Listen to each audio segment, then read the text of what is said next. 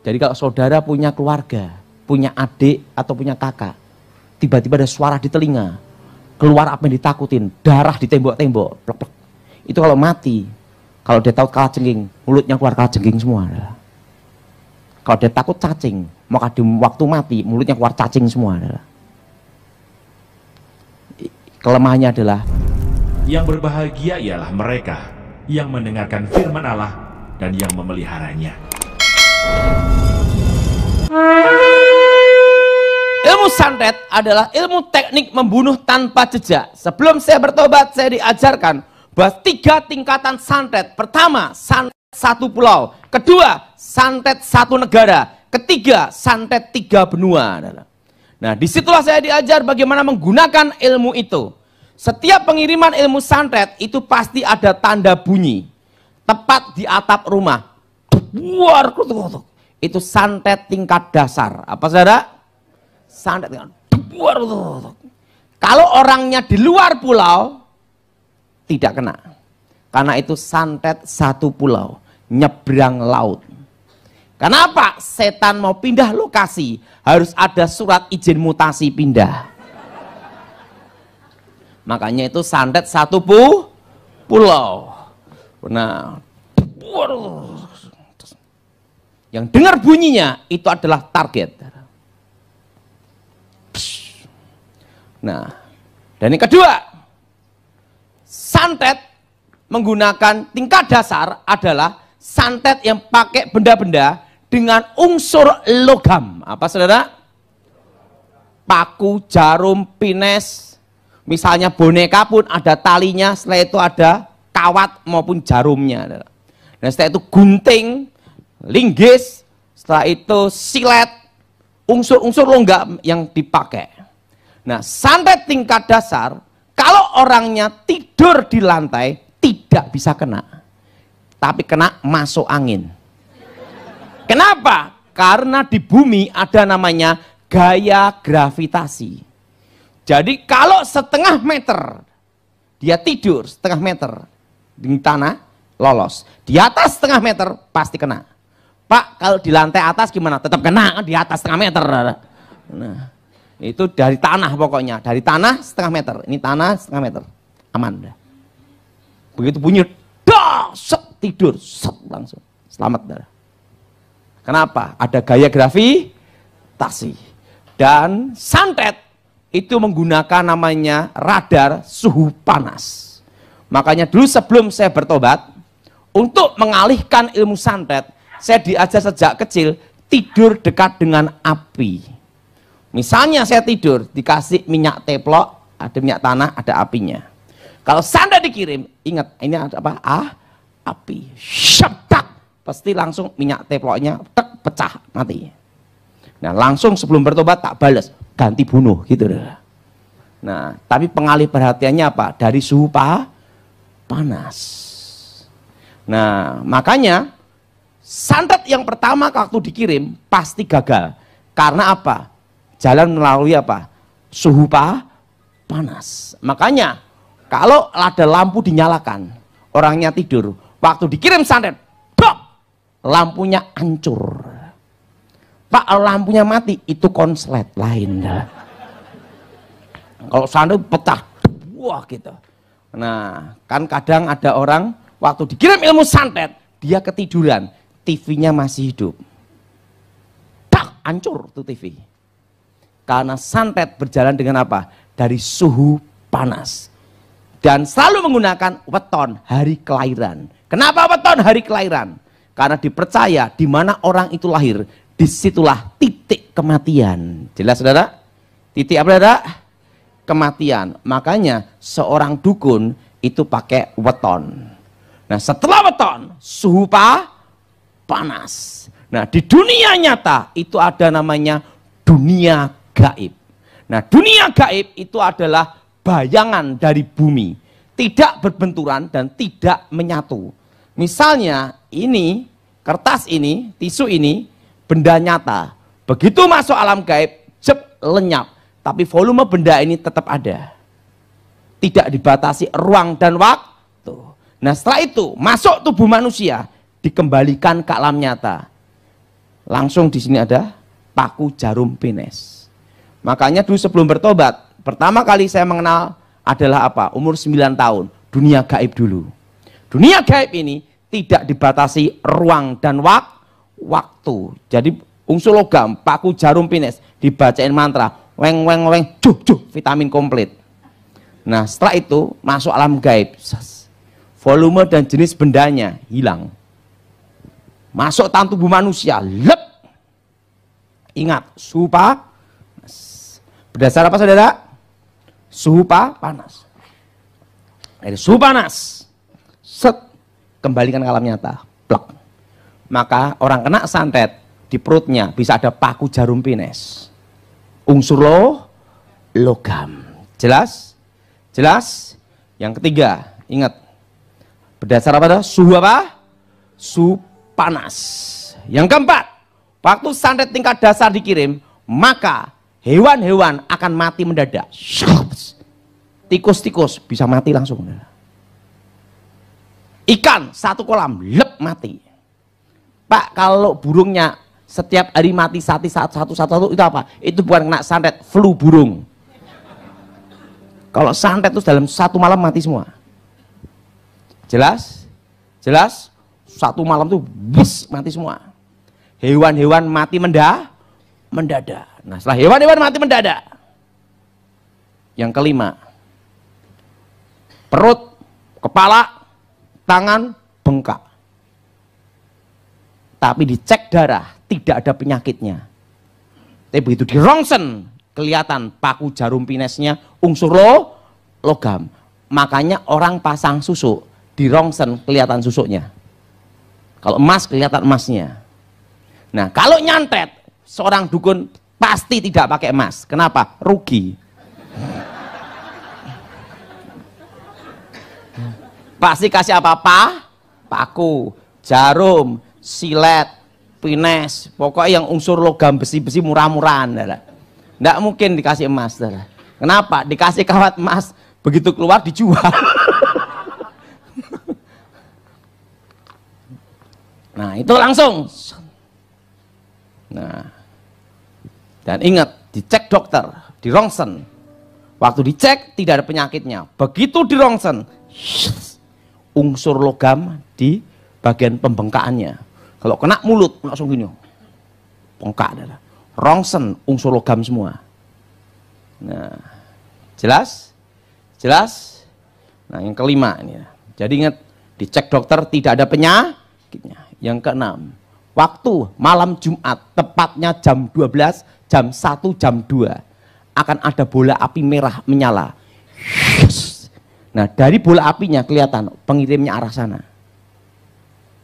Oh, berarti aliran ini. Oh, pengarah sana. Oh, sana. Itu pasti ada bola api. Apinya merah nyala. Jelas? Jelas? Apinya berada? Merah nyala. Nah setelah itu malam banyak anjing menggonggong. Au! Bukannya saya mirip dia. Ada setan lewat. Hawa panas. Dan yang ketujuh, orangnya akan bermimpi ketemu arwah-arwah yang sudah meninggal. Dia mimpi ketemu orang-orang yang sudah apa? Meninggal. Orang-orang yang mati dah. Terus. Dan orang yang kena santet pasti tahu siapa pengirimnya. Kenapa? Waktu santet dikirim, itu diikatkan juga dengan tali batin sang pengirim. Semakin kecewa, semakin dendam, semakin amarah, maka santet ini semakin kuat masuk seseorang. Nah, Pak, kalau pengirimnya hanya iseng-iseng gimana? Santetnya tidak terlalu kuat. Karena tergantung dari apa? Yang mau ngirim, kebenciannya gimana. Jelas? Semakin benci, semakin dendam. Langsung. Dan seorang dukun sebelum nyantet, dia akan tanya sama pasiennya dulu. Apakah kamu siap menanggung resikonya? Kenapa? Kalau gagal senjata makan tuan. Biasanya kasih air dulu. Suruh minum. Tapi pasien takut mati, kasihkan pembantu, pembantunya minum, gagal nyantet, pembantunya modar. Untuk nah, jelas? Jelas? Nah, bola api, hewan melonglong, setelah itu hewan mati, bukan hewan, tanaman-tanaman mati mendadak,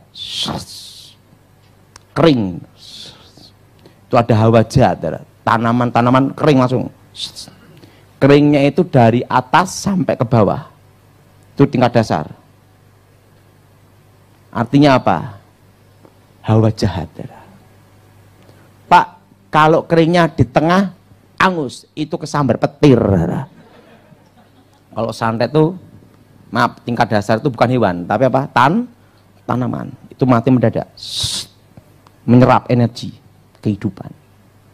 Nah, soal sudah kena kasus santet seperti ini, bagaimana cara menanganinya? Nah, mobil sebagus apapun, tidak ada bahan bakar, mogok. Betul?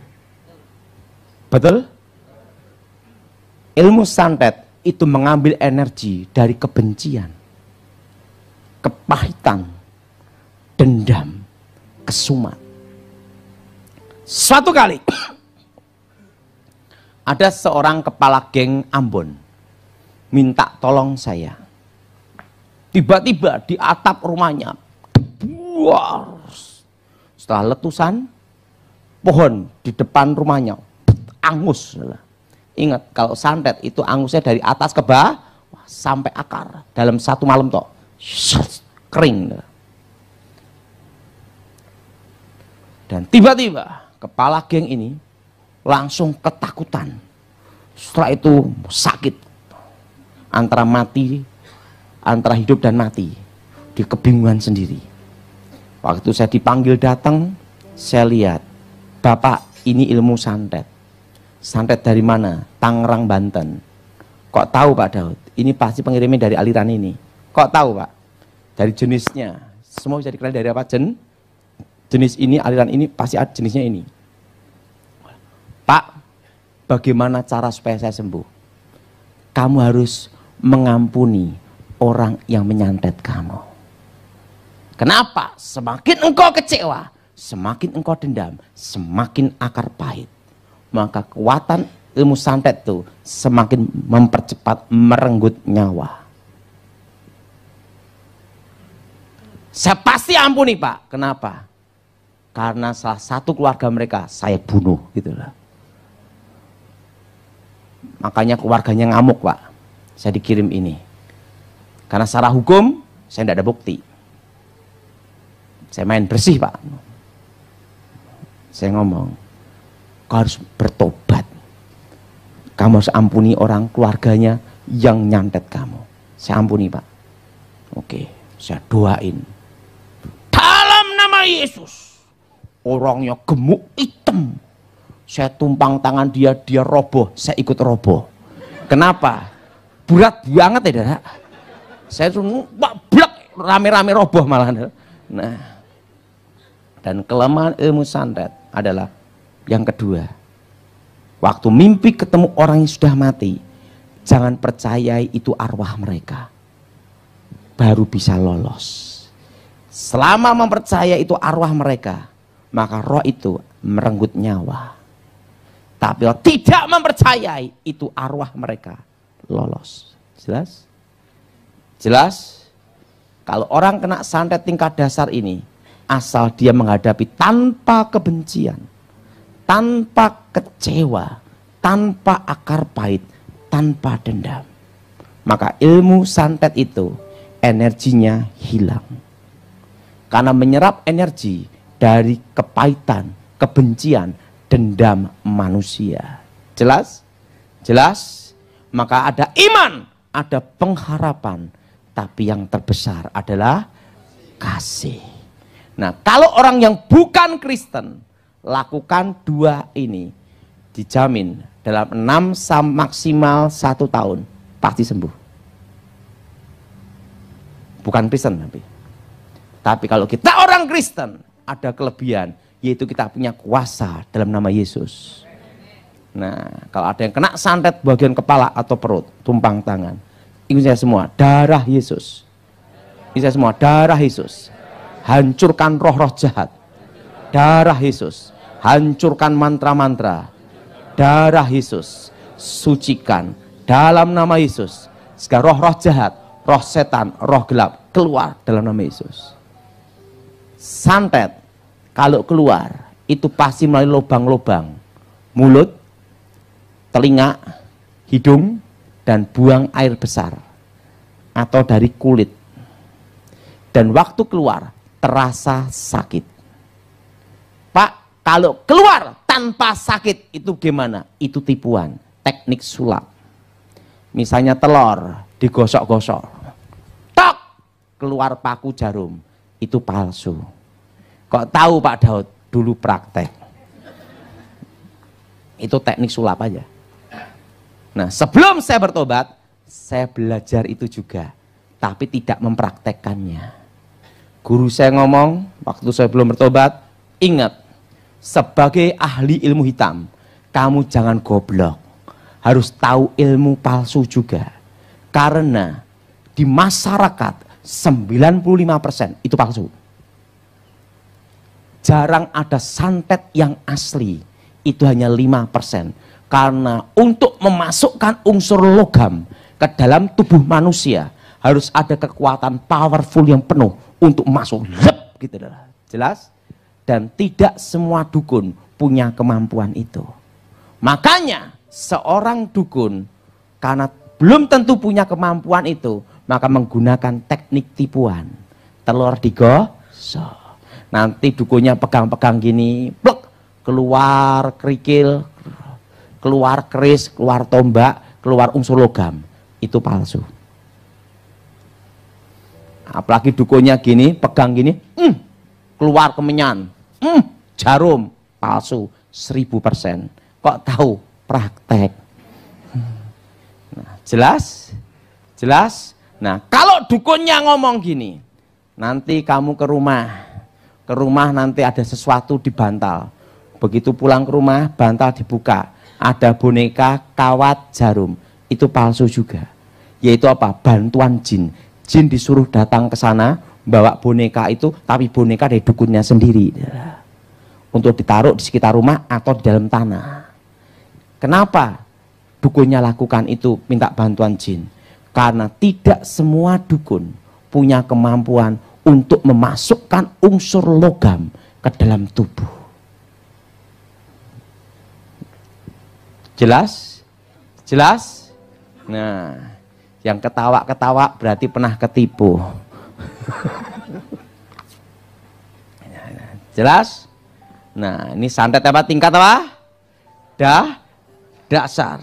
Nyebrang laut nggak bisa. Tapi udah terlanjur masuk. Walaupun nyebrang laut percuma. Karena udah bendanya udah terlanjur masuk. Biasanya kalau benda itu dari alam gaib masuk ke alam gaib, keluar juga masuk alam gaib lagi. Waktu didoain dalam nama Yesus, hilang. Langsung kempes. Normal. Kalau kita orang Kristen punya kuasa demi nama Tuhan Yesus. Dan ingat, santet tingkat dasar ini punya kelemahan. Apa Dara? Gravitasi bumi. Dan suhu apa? Panas. Makanya untuk mengecoh santet, itu sebelum saya bertobat, itu ada namanya api, tidur dekat api. Atau lampu diterangin. Supaya apa? Salah saran. Tapi listrik mahal, betul? Begitu ada unsur api, itu santet sejago apapun, pertama kali dikirim pasti gagal. Karena menentukan apa? Target. Biasanya gagal dulu. Nah, gagalnya apa? Terkecoh oleh suhu panas. Nah, makanya kalau dia tidur, kan terutama dikirim santet itu malam, ya. Lampunya terang semua, panas semua, ya. Wah, itu susah lagi nyantetnya, ya. Kenapa? Untuk mendeteksi suhu panas. Biasanya seorang dukun itu menggunakan apa? Weton, setelah itu benda pengenal. Benda pengenalnya apa? Bekas baju. yang pernah ada keringatnya dia. Tapi sejago apapun, kalau ada lampu terang semua, banyak salah sasaran. Jelas? Jelas? Jelas? Kenapa? Ingat, apa saudara? Suhu panas. Nah, yang kedua, santet tingkat menengah. Apa saudara? Santet tingkat menengah adalah santet satu negara. Sekalipun orangnya di luar pulau, tetap kena. Dan ini disebut namanya santet tanpa jejak. Apa saudara? Apa saudara? Nah, yang dikirim bukan benda. Tapi yang dikirim adalah roh intimidasi, gila, bunuh diri. Apa saudara? Roh apa? Gila, bunuh diri. Kalau tingkat dasar, itu ledakannya ada di atap. Tidak ada bendanya. Kalau tingkat menengah, itu sekitar pintu jendela. Pasir menyebar. Atau tiba-tiba depan pintu rumahnya ada pasir bertumpuk. Tapi bukannya orang iseng ngasih pasir lah, lain lah. Tapi ingat pada waktu tengah malam pasir bertumpuk.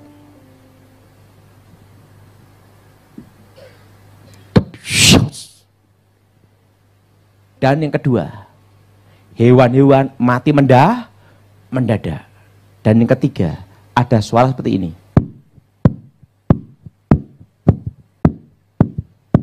Sekitar rumah, tengah malam, itu rohnya jalan. Untuk cari apa? Target. Dan yang keempat, keluar apa yang ditakuti. Dia takut kecoa. Di seluruh rumahnya keluar kecoa semua. Kalau yang bersangkutan takut kelabang, maka di rumahnya keluar kelabang semua. Dan kalau dia takut kalajengking, maka di rumahnya akan keluar semua unsur kalajengking. Jelas? Dan kalau yang bersangkutan takut ular, maka di rumahnya bermunculan ular. Kalau yang bersangkutan takut dengan kematian, yaitu darah, maka setiap tembok melihat darah. Darah. Itu santet. Jelas? Jelas? Dan yang bersangkutan akan melihat dan mendengar apa yang ditakutin. Jadi telinganya kayak ada suara-suara. Sana itu langsung dia ngelihat roh-roh itu. Kalau dia takut perusahaannya bangkrut, maka roh di telinganya berkata, bangkrut, lihat pegawaimu korupsi, bangkrut, sampai gila, saya itu bunuh diri. Kalau dia takut suaminya selingkuh, setiap malam dia ngimpi suaminya selingkuh. Dan dia mendengar suara selingkuh, selingkuh, selingkuh, selingkuh, sampai dia bunuh diri. Jelas? Jelas? Santet tanpa jejak. Nah, cirinya kalau kena hewan-hewan mati mendadak, dan waktu malam Jumat ada suara itu. Kenapa semua pengiriman ilmu hitam selalu malam Jumat, tidak mungkin malam Minggu?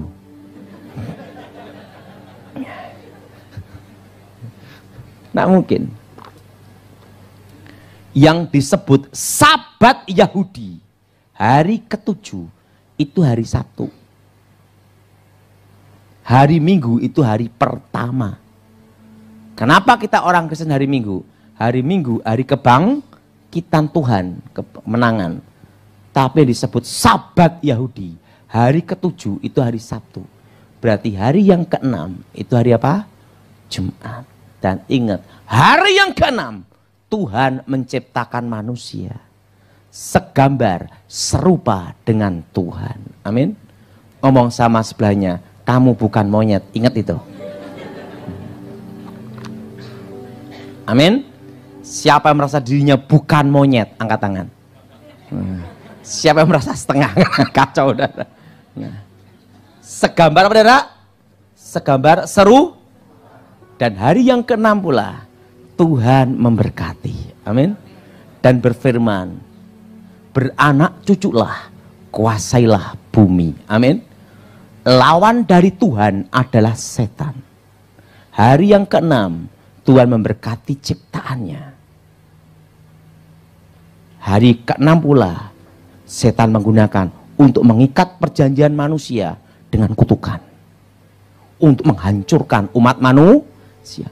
Makanya ritual kuasa gelap di Asia, Eropa, seluruh dunia hari yang ke-6. Maka antikris 666. Betul? Angka manusia. Ingat, lawan dari Tuhan adalah setan. Hari yang ke-6 Tuhan memberkati manusia. Hari yang ke-6 pula setan mengutuk manusia.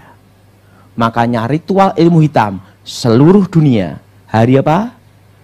Jumat. Tidak mungkin hari Senin. Dan orang ngirim santet pasti tengah malam. Tidak mungkin siang-siang bolong. Kenapa? Di dalam dunia gaib, kalau di dunia nyata ini siang, di dunia gaib itu malam. Kalau di dunia gaib itu malam, di dunia nyata itu siang. Kalau di dunia nyata itu malam, di dunia gaib adalah siang. Makanya dukun itu prakteknya siang. Karena di dunia gaib itu apa? Siang. Jelas? Jelas?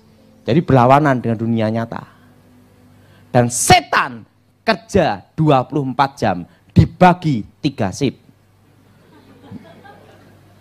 Karena ingat, setan pun ada jam istirahat. Makanya waktu dulu pesawat Adam Air hilang, dukun-dukun nyari tidak bisa. Kenapa? Mungkin waktu jatuhnya pergantian shift.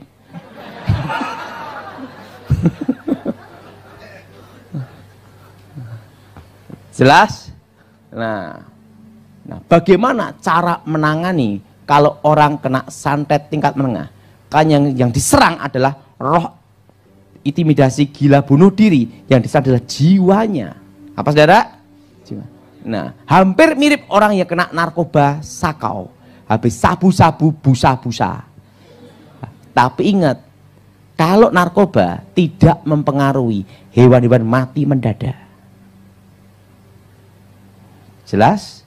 Dan tidak ada pasir yang menyebar.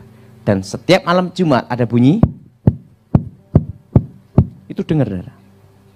Dek, dek, dek, dek, dek, dek, dek, dek, dek. Dan tiba-tiba apa yang ditakuti bermunculan. Dan dia yang bersangkutan akan apa? Akan melihat mimpi ketemu orang yang sudah mati terus, seluruh keluarganya. Namanya roh maut. Apa saudara? Nah, satu kali ada calon anggota DPR RI. Waktu itu dia mau nyalonkan dari partai besar di Indonesia.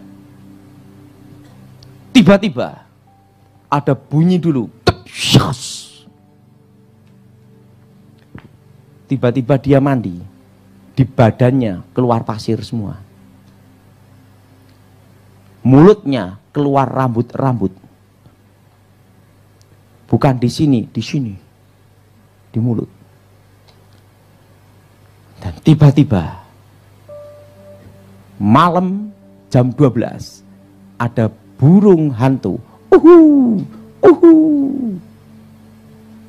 Nah, setelah itu jam 6 sore burung gagak. Kau. Karena dia orang Kristen, dipanggillah pendeta. Waktu pendeta datang, setan keluar. Waktu pendeta keluar, setan datang. Ingat, kalau santet tingkat dasar itu lebih mudah. Begitu didoain dalam itu setannya keluar, bendanya keluar, urusan selesai. Betul? Tapi kalau tingkat menengah, yang diserang adalah jiwa, rohnya yang dikirim. Jelas saudara? Jelas saudara? Roh yang dikirim. Dan apa yang terjadi? Dia pusing. Setelah keluar pasir, setiap mandi keluar kerikil-kerikil semua di badannya. Waktu itu pendeta-pendeta rapat. Ini sampai karena ini orang penting, sampai pendeta-pendeta rapat.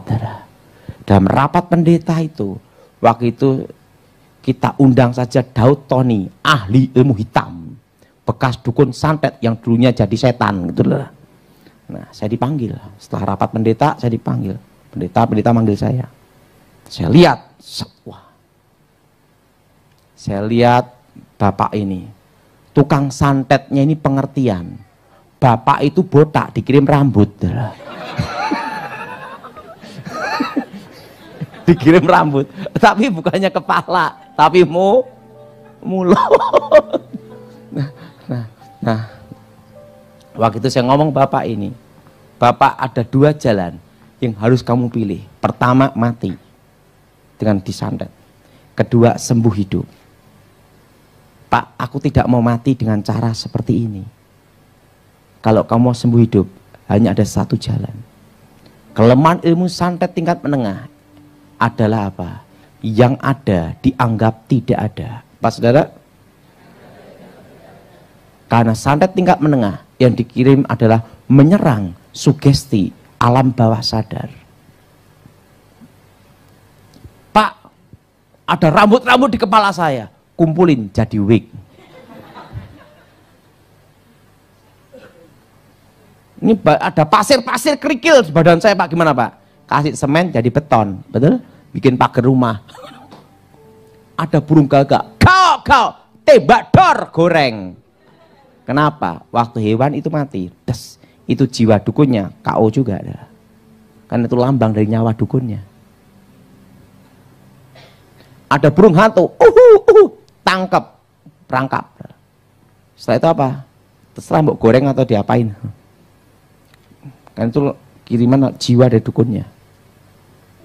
Dan anggap tidak ada. Yang ada dianggap tidak ada. Cuekin. Alihkan perhatian. Sekarang alihkan perhatian, kamu fokus bisnis atau fokus kampanye. Alihkan. Kenapa? Karena roh itu akan mengirim kamu, menggiring, memfokuskan supaya kamu terfokus ke suara itu. Dan jenis ini harus dilawan sendiri. Pendeta tidak bisa nolong 100%. Karena pendeta tidak bisa nungguin 24 jam. Betul? Karena sewaktu-waktu roh ini datang. Jadi engkau harus melawan sendiri. Di dalam nama Tuhan Yesus. Waktu roh itu datang. Dalam nama Yesus. Firman itulah yang baca Alkitab, alihkan perhatian. Kalau lakukan ini 6 bulan 1 tahun sembuh total.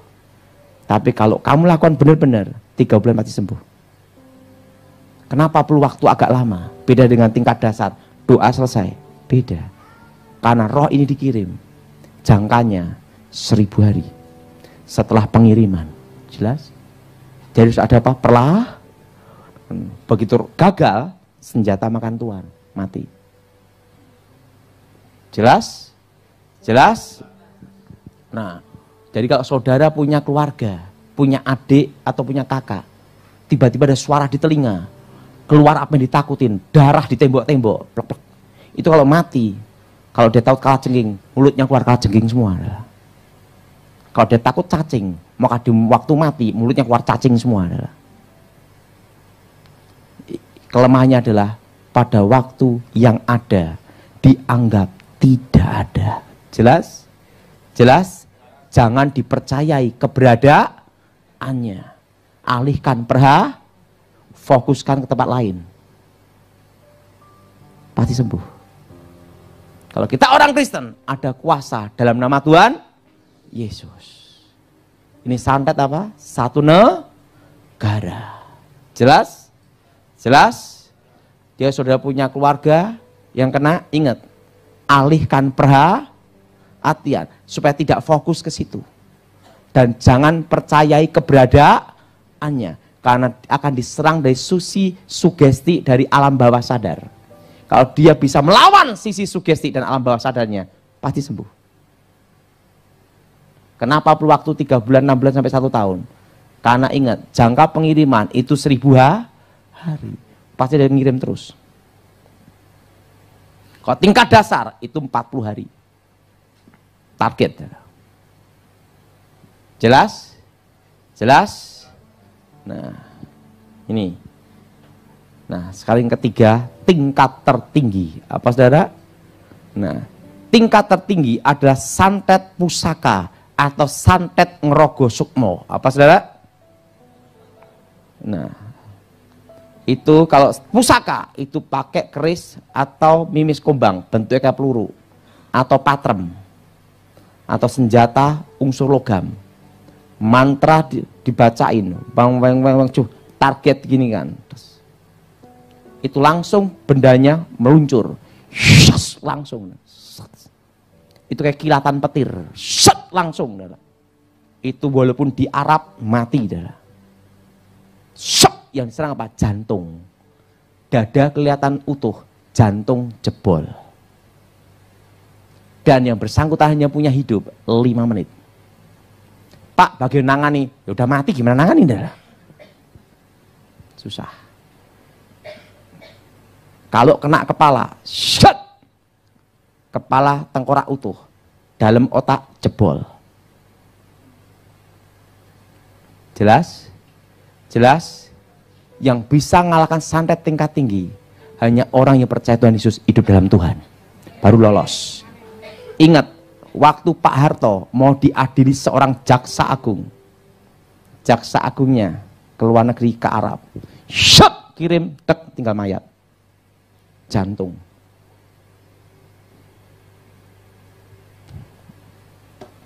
Pengalaman hidup saya, hanya ada satu manusia yang lolos dari santet tingkat tinggi, yaitu pendeta Gilbert Lumaindong. Itu saya santet, malah saya mental diri 10-12 meter, saya gila sendiri setahun. Untung Tuhan baik, saya bisa sembuh. Itu kena balik, saya mental sendiri tuh. Itu fisik loh, 10-12 meter. Waktu saya ketemu Yesus, akulah Alfa, akulah Omega, yang awal, akulah yang akhir. Akulah aku, kebangkitan dan hidup. Akulah Yahweh, Yahweh. Saya ketemu Yesus sendiri. Tunjukkan paku salibnya. Yang terpaku itu bukan di sini. Ini. Coba semua pegang bagian sini. Uratna, aku telah mati. Lihatlah, aku bangkit hidup kembali. Di sini. Itu paku di salibnya, itu bukan di sini. Kan kita sering lihat gambar-gambar di sini, betul? Itu di sini. Kau tahu Pak Daud? Saya lihat sendiri. Tuhan itu baik. Matius pasal 5. Khotbah di bukit. Ucapan bahagia. Ketika Yesus melihat orang banyak itu, naiklah ia ke atas bukit, dan setelah ia duduk, datanglah murid-muridnya kepadanya.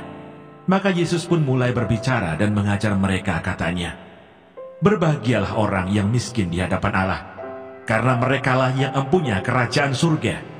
Berbahagialah orang yang berduka cita, karena mereka akan dihibur.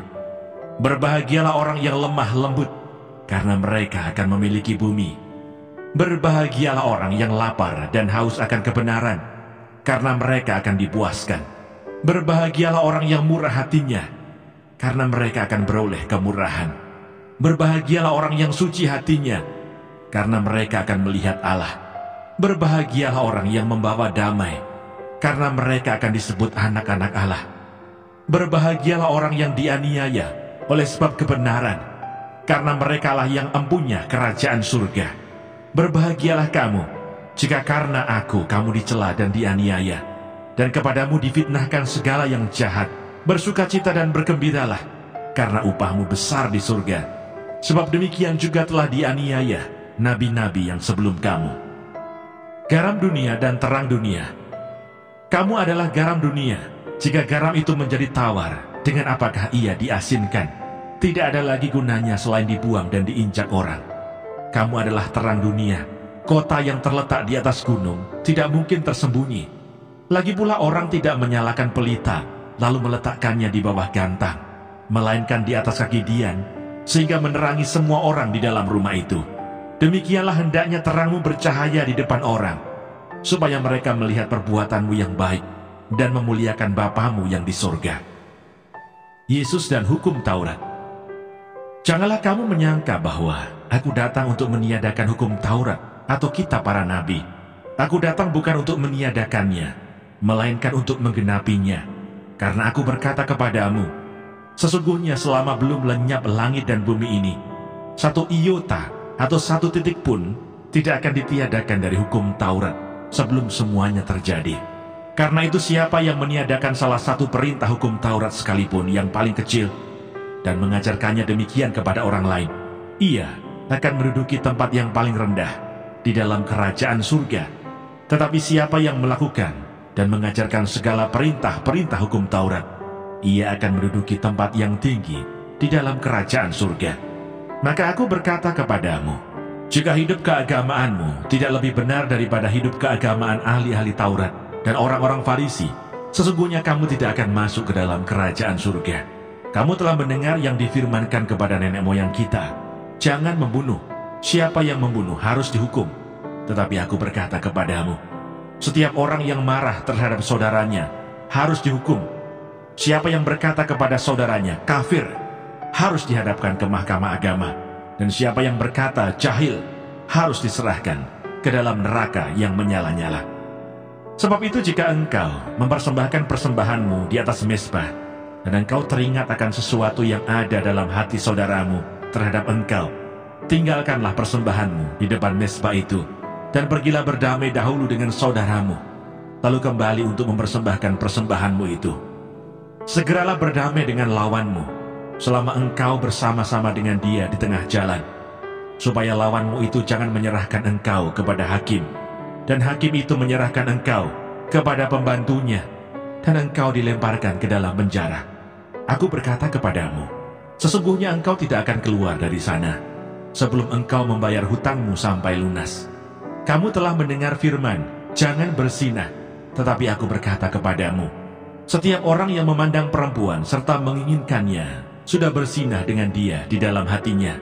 Maka jika matamu yang kanan menyesatkan engkau, cungkilah dan buanglah itu. Karena lebih baik bagimu jika satu dari anggota tubuhmu binasa daripada tubuhmu dengan utuh dicampakkan ke dalam neraka.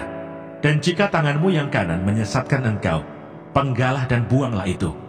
Karena lebih baik bagimu jika satu dari anggota tubuhmu binasa daripada tubuhmu dengan utuh masuk neraka. Telah difirmankan juga, siapa yang menceraikan istrinya harus memberi surat cerai kepadanya. Tetapi aku berkata kepadamu, setiap orang yang menceraikan istrinya kecuali karena zina, ia menjadikan istrinya berzinah. Dan siapa yang kawin dengan perempuan yang diceraikan, ia berbuat zina. Kamu telah mendengar pula yang difirmankan kepada nenek moyang kita, jangan bersumpah palsu, melainkan peganglah sumpahmu di depan Tuhan. Tetapi aku berkata kepadamu, janganlah sekali-kali bersumpah, baik demi langit, karena langit adalah tahta Allah, maupun demi bumi, karena bumi adalah tumpuan kakinya, ataupun demi Yerusalem, karena Yerusalem adalah kota raja besar. Janganlah juga engkau bersumpah demi kepalamu, karena engkau tidak berkuasa memutihkan atau menghitamkan sehelai rambut pun. Jika iya, hendaklah kamu katakan iya. Jika tidak, hendaklah kamu katakan tidak. Apa yang lebih daripada itu berasal dari si jahat. Kamu telah mendengar firman, mata ganti mata dan gigi ganti gigi. Tetapi aku berkata kepadamu, janganlah kamu melawan orang yang berbuat jahat kepadamu, melainkan siapapun yang menampar pipi kananmu, berilah juga kepadanya pipi kirimu. Dan kepada orang yang hendak mengadukan engkau karena mengingini bajumu, serahkanlah juga jubahmu. Dan siapapun yang memaksa engkau berjalan sejauh 1 mil, berjalanlah bersama dia sejauh 2 mil. Berilah kepada orang yang meminta kepadamu, dan janganlah menolak orang yang mau meminjam daripadamu. Kamu telah mendengar firman, kasihilah sesamamu manusia dan bencilah musuhmu. Tetapi aku berkata kepadamu, kasihilah musuhmu dan berdoalah bagi mereka yang menganiaya kamu. Karena dengan demikian, kamu menjadi anak-anak Bapamu yang di sorga. yang menerbitkan matahari bagi orang yang jahat dan orang yang baik, dan menurunkan hujan bagi orang yang benar dan orang yang tidak benar. Apabila kamu mengasihi orang yang mengasihi kamu, apakah upahmu? Bukankah pemungut cukai juga berbuat demikian? Dan apabila kamu hanya memberi salam kepada saudara-saudaramu saja, apakah lebihnya daripada perbuatan orang lain? Bukankah orang yang tidak mengenal Allah pun berbuat demikian? Karena itu haruslah kamu sempurna, sama seperti Bapamu di surga adalah sempurna. Matius pasal 6. Hal memberi sedekah. Ingatlah, jangan kamu melakukan kewajiban agamamu di hadapan orang, supaya dilihat mereka. Karena jika demikian, kamu tidak beroleh upah dari Bapamu yang di surga. Jadi apabila engkau memberi sedekah, janganlah engkau mencanangkan hal itu, seperti yang dilakukan orang munafik di rumah-rumah ibadat dan di lorong-lorong, supaya mereka dipuji orang. Aku berkata kepadamu, sesungguhnya mereka sudah mendapat upahnya. Tetapi jika engkau memberi sedekah, janganlah diketahui tangan kirimu apa yang diperbuat tangan kananmu. Hendaklah sedekahmu itu diberikan dengan tersembunyi, maka Bapamu yang melihat yang tersembunyi akan membalasnya kepadamu. Hal berdoa. Dan apabila kamu berdoa, janganlah berdoa seperti orang munafik. Mereka suka mengucapkan doanya dengan berdiri dalam rumah-rumah ibadat dan pada tikungan-tikungan jalan raya, supaya mereka dilihat orang. Aku berkata kepadamu, sesungguhnya mereka sudah mendapat upahnya. Tetapi jika engkau berdoa, masuklah ke dalam kamarmu, tutuplah pintu, dan berdoalah kepada Bapamu yang ada di tempat tersembunyi. Maka Bapamu yang melihat yang tersembunyi akan membalasnya kepadamu. Lagi pula dalam doamu itu janganlah kamu bertele-tele, seperti kebiasaan orang yang tidak mengenal Allah. Mereka menyangka bahwa karena banyaknya kata-kata doanya akan dikabulkan. Jadi janganlah kamu seperti mereka, karena Bapamu mengetahui apa yang kamu perlukan sebelum kamu minta kepadanya. Karena itu berdoalah demikian: Bapa kami yang di surga, dikuduskanlah namamu, datanglah kerajaanmu, jadilah kehendakmu di bumi seperti di surga.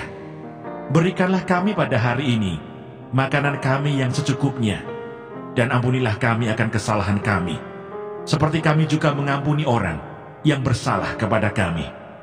Dan janganlah membawa kami ke dalam pencobaan, tetapi lepaskanlah kami daripada yang jahat. Karena Engkaulah yang mempunyai kerajaan dan kuasa dan kemuliaan sampai selama-lamanya. Amin. Karena jikalau kamu mengampuni kesalahan orang, Bapamu yang di surga akan mengampuni kamu juga. Tetapi jikalau kamu tidak mengampuni orang, Bapamu juga tidak akan mengampuni kesalahanmu. Hal berpuasa. Dan apabila kamu berpuasa, janganlah muram mukamu seperti orang munafik. Mereka mengubah air mukanya, supaya orang melihat bahwa mereka sedang berpuasa.